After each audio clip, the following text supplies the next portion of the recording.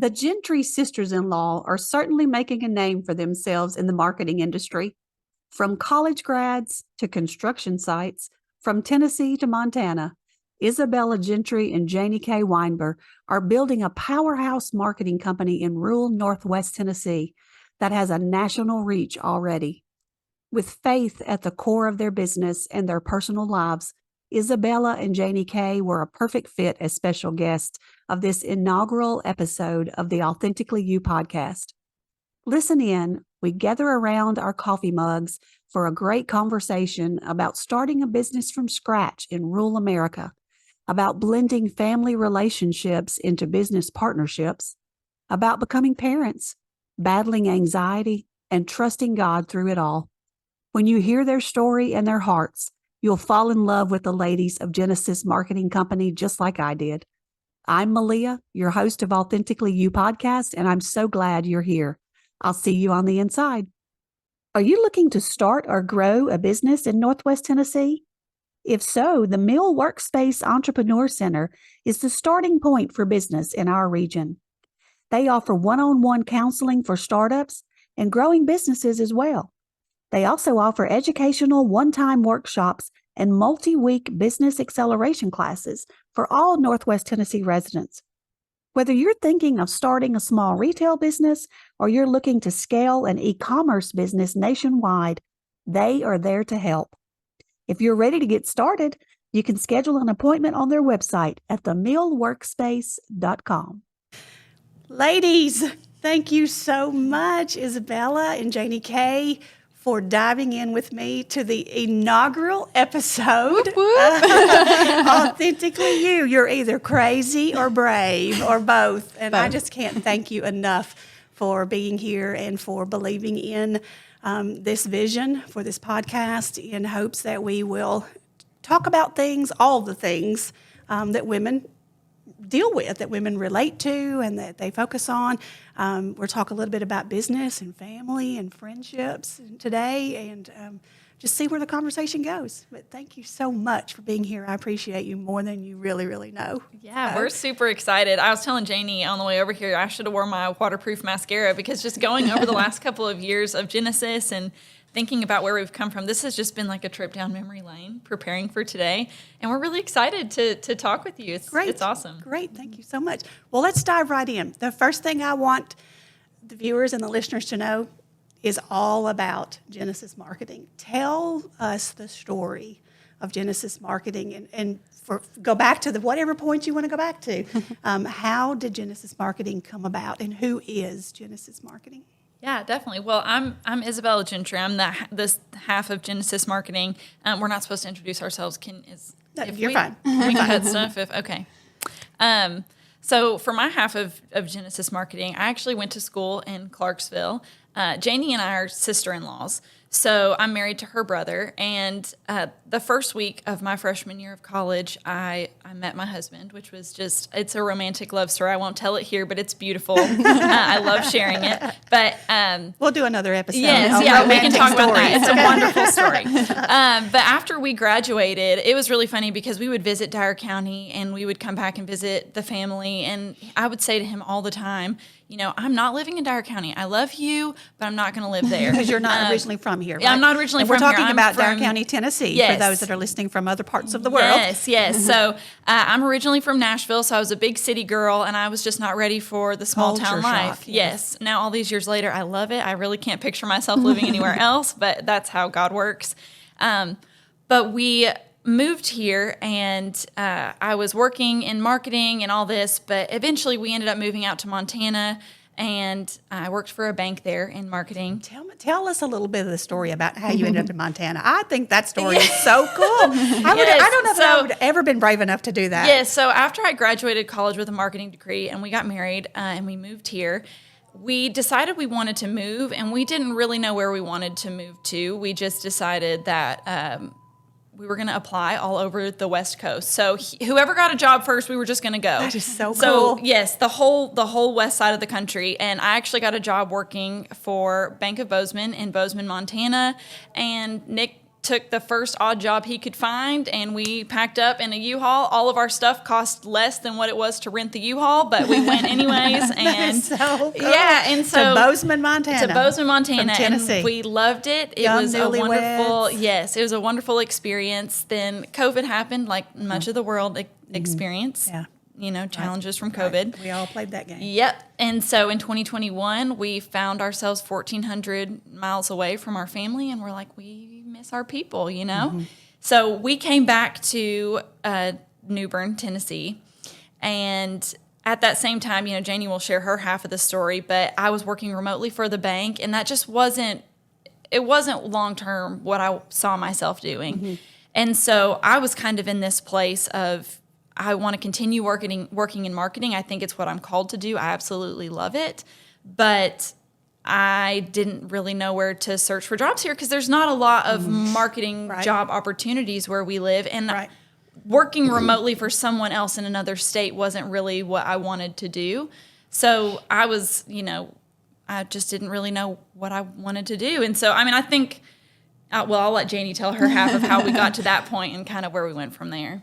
Yeah, so I grew up in Dyer County, Tennessee, and lived the small town life my whole life. So it was very familiar to me. But when I decided where I was going to go to college, I wanted to move as far away as I could, but I needed in-state tuition. So I moved to East Tennessee, like the furthest college I think you could go to, with still having in-state tuition, and got my marketing degree. I loved it out there.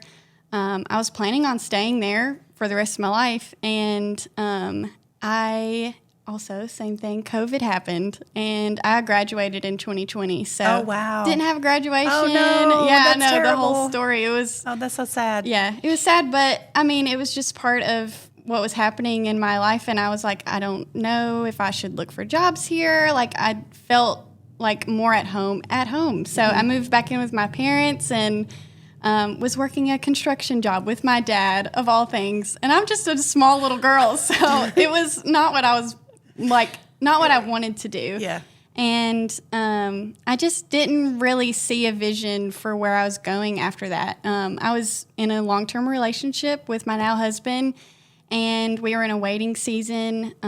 He is actually from Australia, so we didn't really know when he was going to be able to move over here, and the visa was taking a super long time. So I was just in a waiting season, and that's when Nick and Isabella moved back. And it was just a time of, we both were in between jobs and didn't know what to do. So we were like, we both have a marketing degree, and we like different parts of marketing. What can we do? So that's kind of how Genesis was born. My great-granddad actually is an entrepreneur. My granddad was an entrepreneur. My dad's an entrepreneur. My brother, Nick, and my husband all work their own jobs, and they all have kind of stepped out of that 9-to-5 life, and it's kind of encouraged us. That's been a real big stepping stone to who we are, and I feel like it's in my blood. So, So tell us quickly about the name Genesis and kind of how that came about. Yeah, so Janie's granddad started Jensen, which was the Gentry Sons. Yeah. And so that was kind of our inspiration. And that's a construction business, right? Yeah. Okay. Yeah. And so when we were thinking of names, we mulled things back and forth, and we kind of played this game of chicken. Are we going to do this? Are we not going to do this? Yeah. It was a very long process. I think we started a whole summer worth of back and forth. Yeah, and we kind of talked about hypotheticals, well, this could work, but neither of us were ready to really pull the trigger and jump in, But when we kind of got into we're definitely going to do this, we're going to go for it, we were pondering names back and forth, and that Jensen was kind of floating there, and we're we're not actually sisters by blood, but we have the same birthday, and we neither of us have biological sisters, and we're really like sisters. Yeah. So we're the Gentry sisters. So Genesis kind of came together. That is the coolest Yes.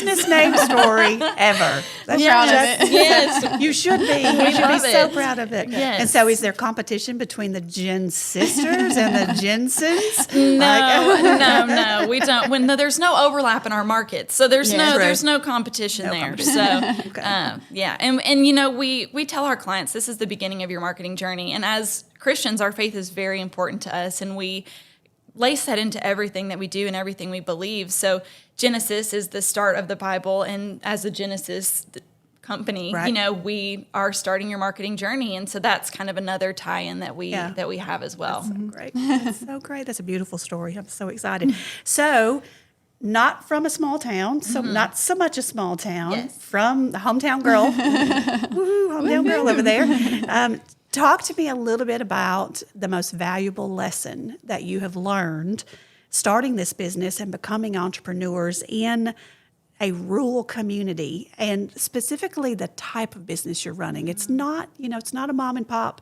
It's not a boutique. It's not a storefront where people are used to just coming in and seeing Isabella and Janie Kaye on a daily basis. It's something that's a little different and kind of edgy for, the rural communities. Yes. And talk to us too a little bit about the challenges of doing your type of business in rural communities, even where broadband is not necessarily a strong infrastructure. Yes, well, that's funny that you say that, because when we started, actually, where we were working didn't even have internet, so we would have to go. We would come to bus stop. Bus stop is the place we've kind of set up office in town, and we worked there a lot until her parents' house got internet. They live out in the country. Yes. So, and we touched on this a little bit earlier. We have different strengths in our company, and so that has been very transformative in what we do and kind of how we got started. But in the community sense, I think coming from a big city,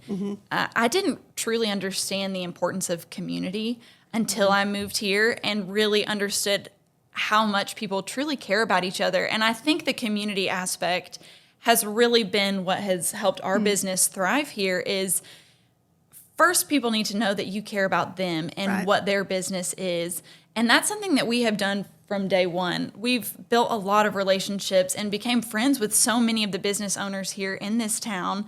And it has led to friendships and then business relationships, and we've really built trust. So I would say that community aspect has been enormous. And because of that, we really have a buy-in into the Dyer County community. We want to see the businesses we love thrive. And because of that, we pour such hard work into the projects that we have into this community, because this is a place that we love. And not to say that we don't have that same passion for our out-of-state clients or our out-of-town clients, but for here locally, it has really helped us build our brand, I would say. That's great. Yeah. Janie Kaye, you have anything to interject on it? I think when we first started, it was a bit scary to start a marketing company here because there weren't many options here already. And so a lot of businesses that we came across were just like, I don't really know, like, what is social media? Like, a lot of people were questioning just like what social media is and like, do I really need it? And I think a lot of people here, their marketing is word of mouth. And so they don't see the need in social media accounts. Well, and that was to the point that I was questioning about the type of business that you have in a rural community. I feel like could be a little bit challenging to have that market entry, more so than in a larger city. Yes, it is challenging, but it's almost a strong point of us as well. I think a lot of people are almost like, wow, like you guys are technical masterminds, like they don't know really, like, I mean, they think we're just like sent from heaven to come and help them, you know what I mean? So I think it's a challenge, and it was at the beginning, but we've kind of like come alongside these businesses and shown them what we do. And I think just instilling that confidence, like you said, about community and just starting from our first client and just like instilling trust in what we do. And So you've over the course of your development and growing in your business, I think you mentioned when we spoke a couple of weeks ago, you mentioned that you all had figured out your lanes pretty much, and that you want to stay in these lanes. Yes. And I think maybe you mentioned it's like a 3-lane highway. Pretty much. And Absolutely. tell us a little bit about what are the specialties of Genesis Marketing? Absolutely. Well, when we first started, I mean, we tried, marketing is such a huge beast. So there are so many different things that you can do in marketing. And we tried to do them all Yeah. as a Yeah. 2-girl team. Right. We were going to take on the whole world and solve all the marketing problems. And that was... We just said yes to everything. Yes. Really. Yeah. and it burnt us out. And so I think for every business, like knowing what you do well, and that, I mean, it's great if you can't. That's wonderful. There is someone who can serve that business in that way, but it just isn't you, and you need to do what you're good at. So Right. what we're good at is social media, brand development, and website development, Right. and in that also we really focus on small to medium sized businesses. So the smaller businesses that may not be able to afford an in-house marketer or who just have never invested in their marketing before, like Janie said, that is really who we target, and we're in a perfect place to serve that market. That's right. That's right. Well, but not only that, the beauty of your business too is that it's not zeroed in to a zip code. I mean, you've had clients all across the country Yes. at this point, and that's super exciting to be It able is. to pack up and take a couple of days business trip, especially to Montana. I Yeah. mean, that was what a beautiful place to go on a Yes. business trip. So, and other clients that you've had across the country. So, I think that is so exciting to have a mobile business as well. Absolutely. Well, that's the story of Genesis. Yes, that's the that's story of Genesis. Let's talk about flexibility. Really kind of going back to being able to pick up and take a client in Montana. You know, a few years ago, 10, 20 years ago, that probably wouldn't have been as easy even for a marketing firm necessarily. It would have been very costly. So talk to me a little bit about the flexibility in your vocations that you have chosen, not necessarily just about Genesis, but this chosen path of vocation that this purpose, this Christ-centered purpose that you're on. Talk to me about the flexibility and your roles as young entrepreneurs and now parent and a dog mom.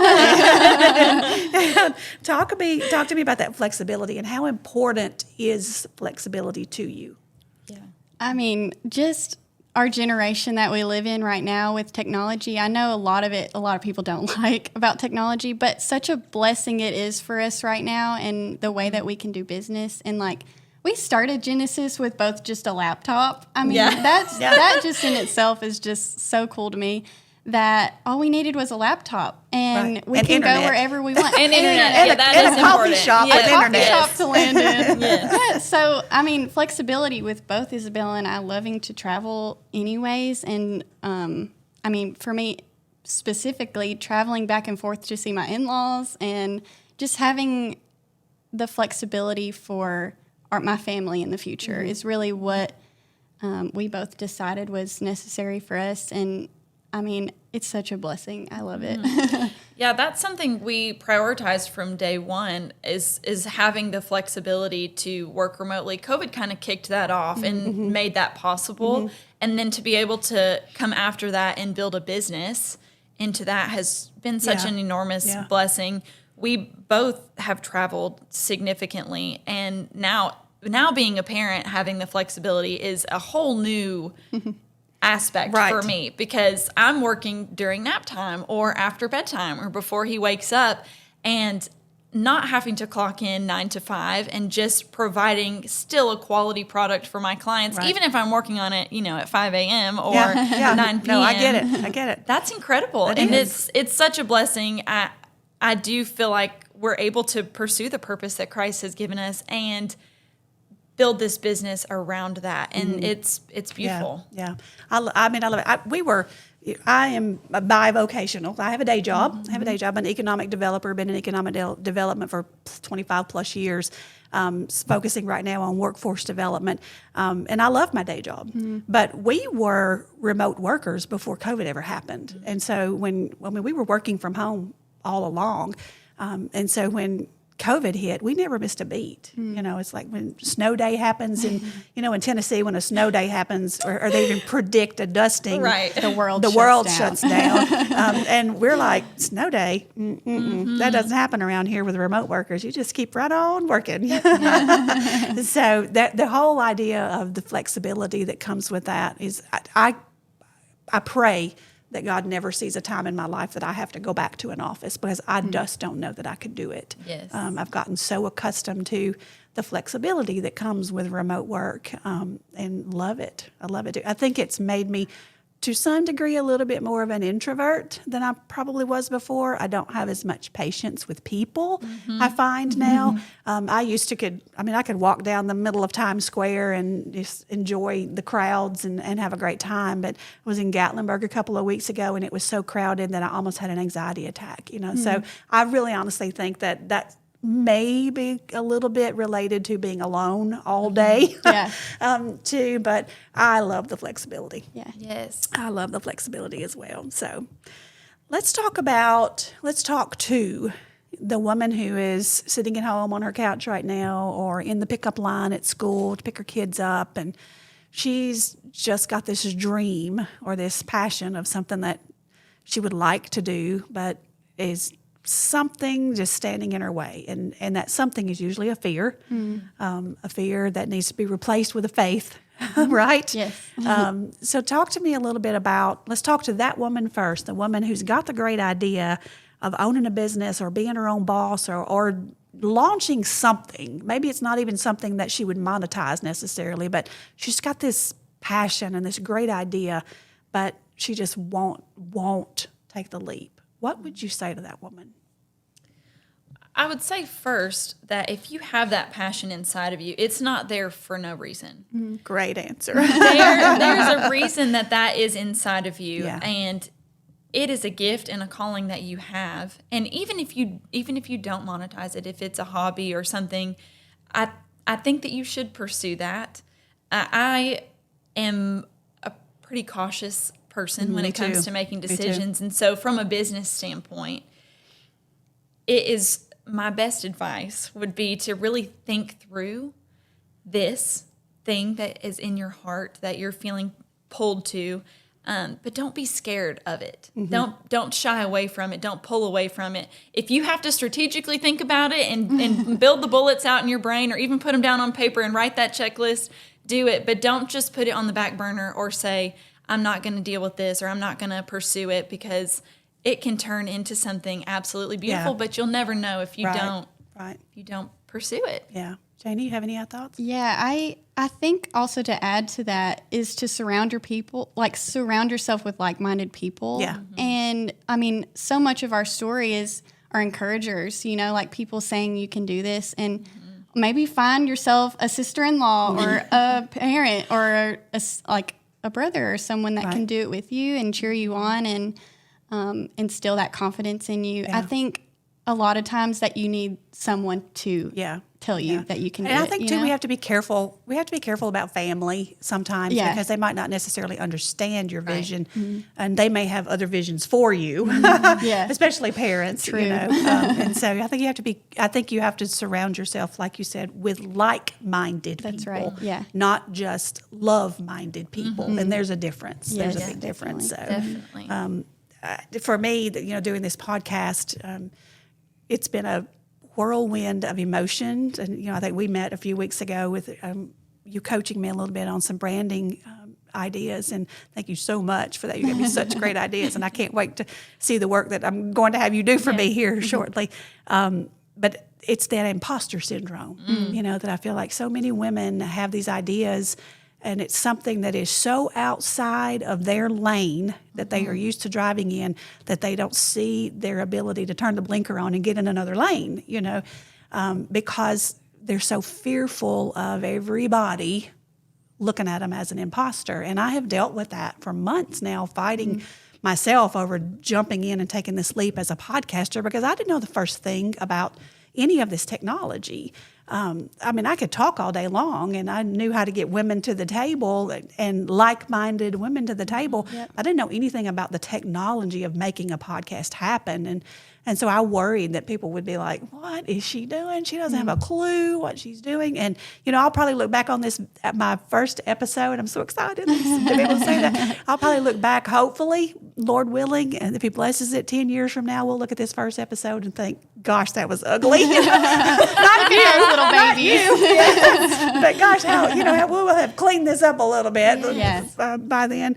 But I just want women to know to don't fear it. Just don't fear it. Don't fear it. That imposter syndrome is so real. And I think there has been so many texts and calls, and we use Marco Polo to communicate. So many Marcos that have just been, you know what you're doing. You're good at what you're doing. This is what we're called to do. We make a difference for our clients, because that is something we have struggled with. And even when people say, we love the website you've built, or we love the brand that you've built, like that thought will still enter your mind, like, I'm not good at what I do. And that is such a lie. It's so such true. a lie. Yeah, we know who's saying that That's too, don't we? right. We know who's saying that too, and he just needs to go away. Just needs to go. So let's talk now to the woman who is walking in that purpose, and she's maybe just diving into it, or has decided to get up off the couch and I am going to do it. Talk to me a little bit about the financial fear that goes into starting a business. And now you mentioned you started with a laptop, you know, so, but there have been costs related to the businesses that you have served. You have had to have supply cost and materials cost and those kinds of things.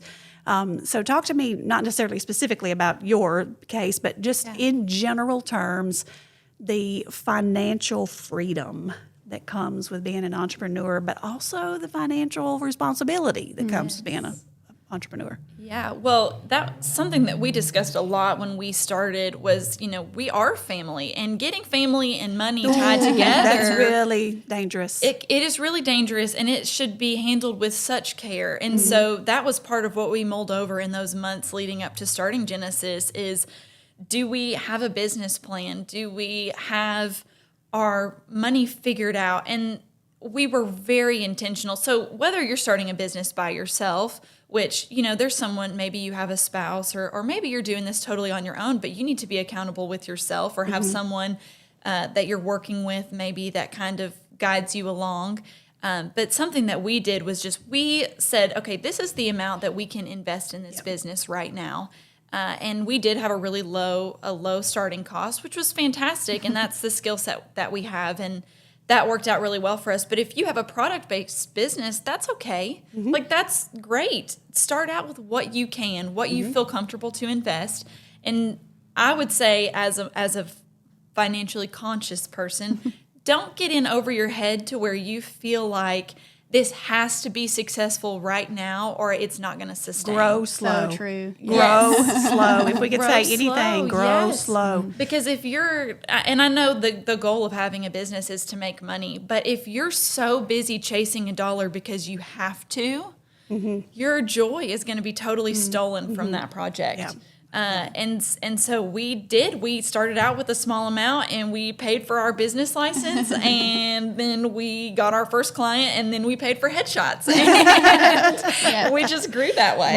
Right. And you don't have to have it all together before you start either. But we're I think- such an instant gratification Yes, society now that we yes. think we do. Yeah. And it goes back to that, grow slow, baby steps. I just think that there's so much to that, and you don't have to be successful in the first day. I mean, you're not going to be. Right. 99.9% of people aren't going to be successful the first try. So, I mean, that's just how you do it. You just take a step at a time and figure out what you can do. And a lot of people at the beginning of our business ask, are you guys going to get a storefront? Are you going to have offices? And You there's do. things, You do have an office. Yeah. It's wherever you are. Yes. There's things that you can think about and cut, not cut corners on, but figure out what you actually need. Do you need that building? Do you need to have, I don't know, a new software for your company to grow? You know what I mean? Have What you, are you gonna? I'm curious. Have you had any experiences with clients yet where you've been able to help them have those revelations that maybe they were in a type of business where they had some things they didn't need to have to do their business? Well, so we don't really do consulting. So however, it's interesting you say that, because we have had businesses come to us and say, hey, can we just grab lunch and kind of pick your brain? And those conversations kind of go back to that community we were talking about of we've been able to share our experience with other business owners who maybe don't work with us as a client, but they're saying, hey, I really want to get here. How did you do it? And so those are conversations that we don't monetize. We don't charge people for those because we want to see. we just want to see these businesses succeed, and so we have been able to share sort of our path to success and build relationships in that, and that has been so wonderful. And it's okay to think outside of the box. I think kind of building on what Janie said, just because there's a traditional way that someone has built that same type of business, it's okay to pursue that in a different way and find success in your goals and even kind of like shock some people sometimes of, oh, that's interesting that she's not doing that. Right. But that's okay. Right. And that's such a good point too, because even with the podcast, I knew from the beginning that I wanted it to also be a video podcast. I don't know why. I just knew that I wanted people to be able to see it and not just hear it.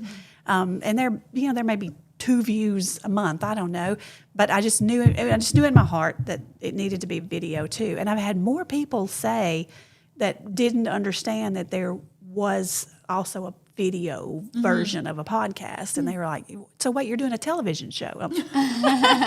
No, very quickly, no. Goes back to the small town Right, kind of questions. that's what I'm going to say. Though it's such a small town that not small-minded, just. That's all they've It's a ever different known. culture. It's a different culture. That's all they've ever seen. So that's all they know. Or that's all they understand. And so true. So very true about kind of getting out of that small town mindset when you need to. Yep. There are advantages to that small town vibe, but it can also hurt us sometimes because we get kind of tunnel vision. I think so. We have some signature questions that in every episode we cover that we're going to cover in Authentically You. And so the purpose for Authentically You is for us to have a conversation with Christian women who are pursuing their Christ-centered purpose. Those will be the types of guests who will be on every episode of Authentically You. And so I thank you so much. I knew when I finally gave in to God and said yes, that I would do this. The very first question was, who? Okay, God, if I'm going to do a podcast, am I talking to myself each week or am I going to be talking to other women? And very instantly, it was, you're going to talk to Isabella and Janie Kaye, and you're going to talk to this woman and this woman and this woman. And it was several episodes just laid out in front of me. And I was like, I don't know these women. Why would they want to talk to me? So it was that voice, all the hurdles. And a hurdle is meant to be jumped. It's not meant to stop you. Right. A hurdle is meant to be jumped. So true.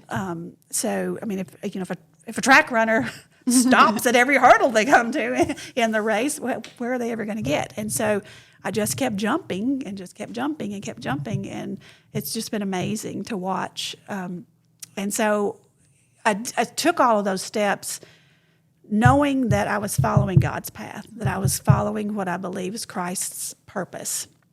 And so I want to know from you, how do you discern when it's God's voice calling you to something versus not so much God's voice, versus maybe Isabella's voice or Janie Kaye's voice? Yes. Oh, that's such a hard question because I have learned that through so many hard lessons in my life. Yeah, right. It has been a lot. You figure out the hard way that wasn't God talking. Yes, and now I stop and listen to the voice. But, in my early 20s, so part of my story of coming here, I said I was never moving to Dyer County. Yeah. And then we got married and we did. And then I said again, I'm not staying here. Yeah. And so we tried for a long time to move away. And that was just purely my flesh saying, like, I have a desire and I want to go.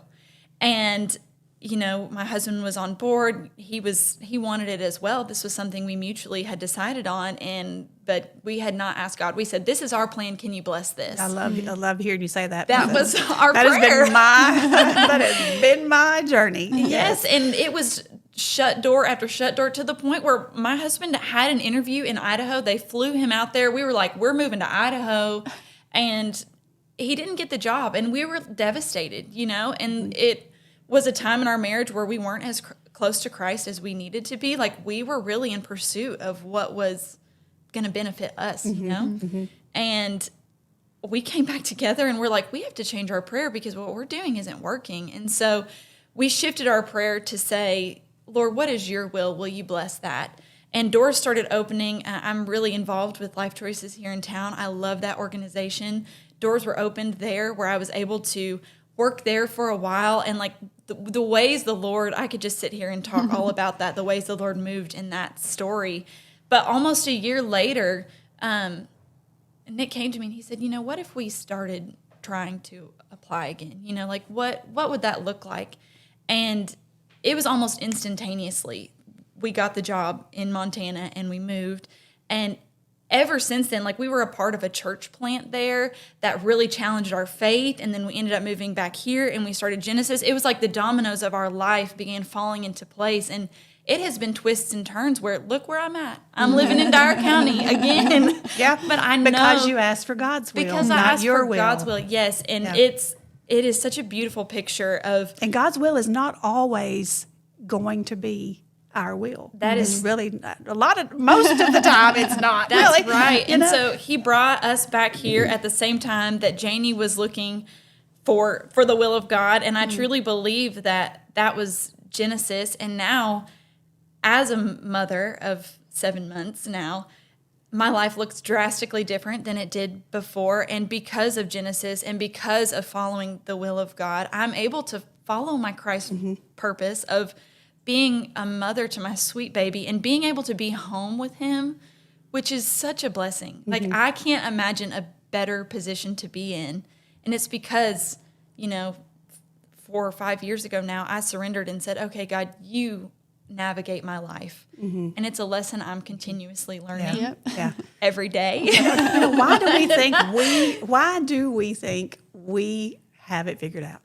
Why do we? And he has such grace with us and mercy. It's like, why don't you just learn? Like, it's right there in front of you Right. every single time afterwards. You're like, oh, yeah, he had it. I see And that why now. didn't I listen? I see that Yes. now. Yeah. Yeah. I think that's so easy to like kind of put yourself down about that though, about like, why am I not listening to what God's got before me? But it's not always black and white. There's seasons of listening and waiting, and there's seasons of go for it, take a step. And so it's not always easy to know. Yeah. So I No, mean, it's not something to beat yourself up about either. It's really a heart shift and like learning Oh, I love to give that. yourself That's grace. beautiful. It's a heart shift. Yeah. Yeah, because it really is. It's hard. It's not something that's easy, and that we should like beat ourselves up over. I think. Right. And that's not just, we're not talking in this regard about even getting up off the couch and starting a business. This is just whatever God's calling you to do, whether it's teach a Sunday school or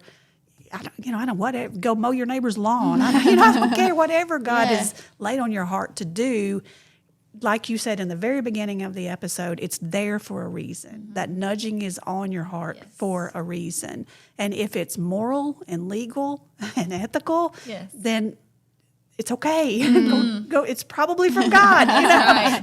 Yeah. If it's not, that's not God. Let me just tell you. Yeah, we have to be in the Word as well, like to discern what the Lord is teaching us, because if it's not of His truth, then it's not the step we should be taking. So Scripture either. is one way that you help discern God's voice, right? I mean, that is God's voice. Yeah, it's it is. so clearly printed right before us. So I think that's one way I think we can just discern, like, is this from God or is it not? Because we have to be can careful. Easily, our be brains careful can about just what we're float, feeding ourselves. Yes. Be careful about what we're feeding ourselves. Yeah. So last question, and then we'll close our conversation today. We sad. always I want it to be over. So before I close, has there been anything you wanted to talk about today that we haven't talked about? So I don't think so. So I just such a joy having you here today. It's so exciting. So again, a signature closing for all the Authentically You episodes is to ask you to leave us with a scripture that has special meaning to you. It's a favorite, and why you would like to share that with a listener or a viewer. Yeah, so I had one picked out that has been one of my life verses for as long as I've been a Christian. But this week in my Bible study, I actually came across, and I had to screenshot it because I don't have it memorized. It's Psalm 139, verse 16. And I am someone who has struggled with anxiety a lot in my life. And so this actually might make me cry. And to the woman that is listening to this that has struggled with anxiety and doesn't know what her day-to-day is going to look like, I want you to know that God has all of your days in His hands. And when I read this verse, it was so comforting to me because it says, Your eyes saw my unformed substance. In your book were written, every one of them, the days that were formed for me, when as yet there were none of them. So before we were ever formed, Christ knew every single one of our days. And because of that, you can pursue that thing that's on your heart. Yep.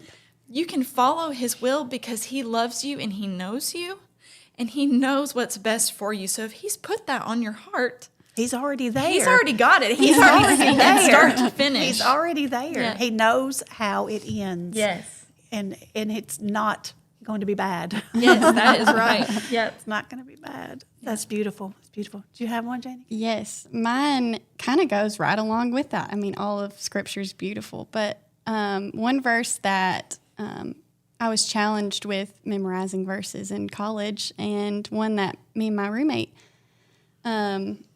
just dedicated to learning together is one that means a lot to me, and it's Colossians 3:2, and it's set your minds on things that are above, not on things that are on the earth, because you have died and your life is hidden in Christ.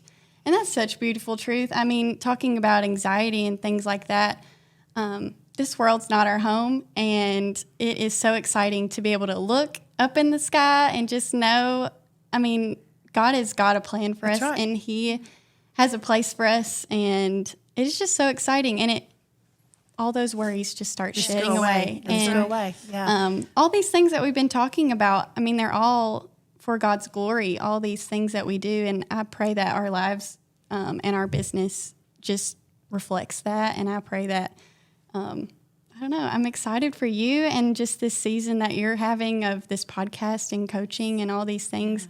I'm excited that you're spreading the gospel. It's so exciting. It's just so many good truths. That's been the desires. I mean, obviously, I don't want to go broke doing this. I need to make $1. I need for it to at least support itself. Yes, yes. So sponsorships, I'll be calling on you soon. But yes, and that's just for me.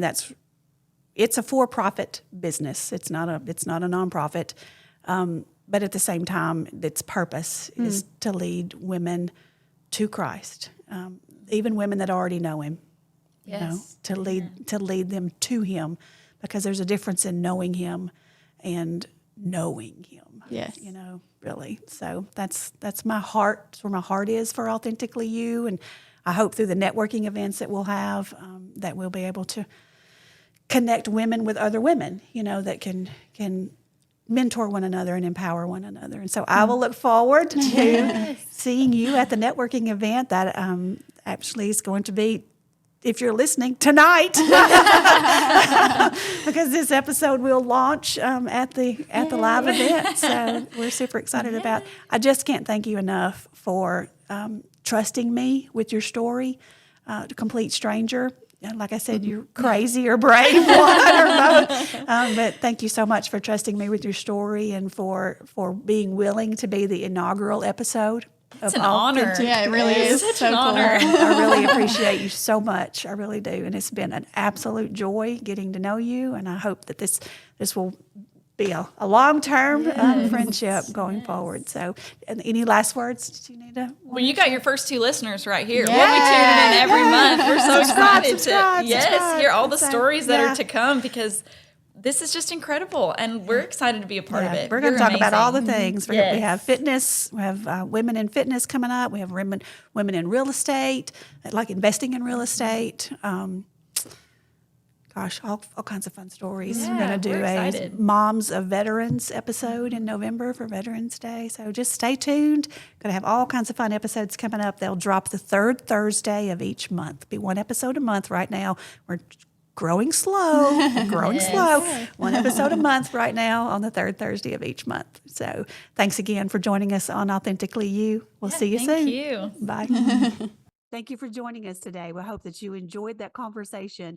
Be sure to hop over to AuthenticallyYouTN.com and subscribe to our email list to become an Authentically You insider. That's how you'll know when new releases of other episodes have dropped to our platforms and all other exciting news that we'll have to share about networking events, live recording episodes, and all kinds of fun things. Thank you for spending your time with us. I'm Maleia Evans, your host of Authentically You. Have a great day.